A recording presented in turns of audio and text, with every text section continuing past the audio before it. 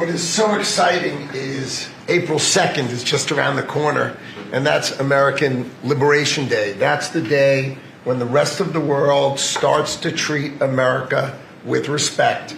And your leadership, understanding how the rest of the world treats us and what balance and what fair trade finally is going to be, is going to take care of America. It's going to launch the External Revenue Service to start to build the power and prestige of America back.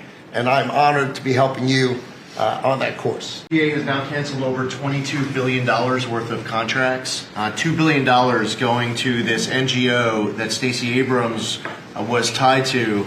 They received only $100 in 2023.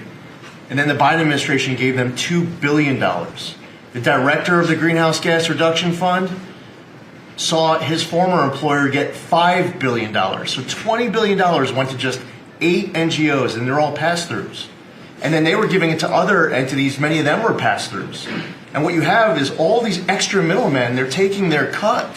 And the taxpayer ends up getting screwed. They're losing out on all this hard-earned money. They can't afford to have the federal government waste.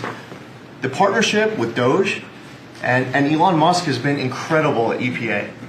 Their team is very talented. We wouldn't have been able to do it without them. And of course, this mandate from President Trump to make sure that we identify every last penny, whether we're saving $50,000, $5 million, or $22 billion. We will not rest until every last penny is saved. Thank you, Mr. President, for the opportunity to do this for the American public. Mr. President, I want to say energy is the infrastructure that makes our country run and drives our national security. The Biden administration grew my department, the Department of Energy, by 20%, and expenditure much more than that, all in an effort to reduce the production of energy in the United States and to make energy more expensive. We are stewards of the American taxpayer dollars, right? That's the job of everyone around this table, led by you. We want to reverse that trajectory and care about every dollar an American taxpayer gives us, and are we using it for the benefit of Americans? Let me tell you one thing, huge growth in expenditures, huge growth in employee count. Puerto Rico, an American territory, had its electricity grid destroyed.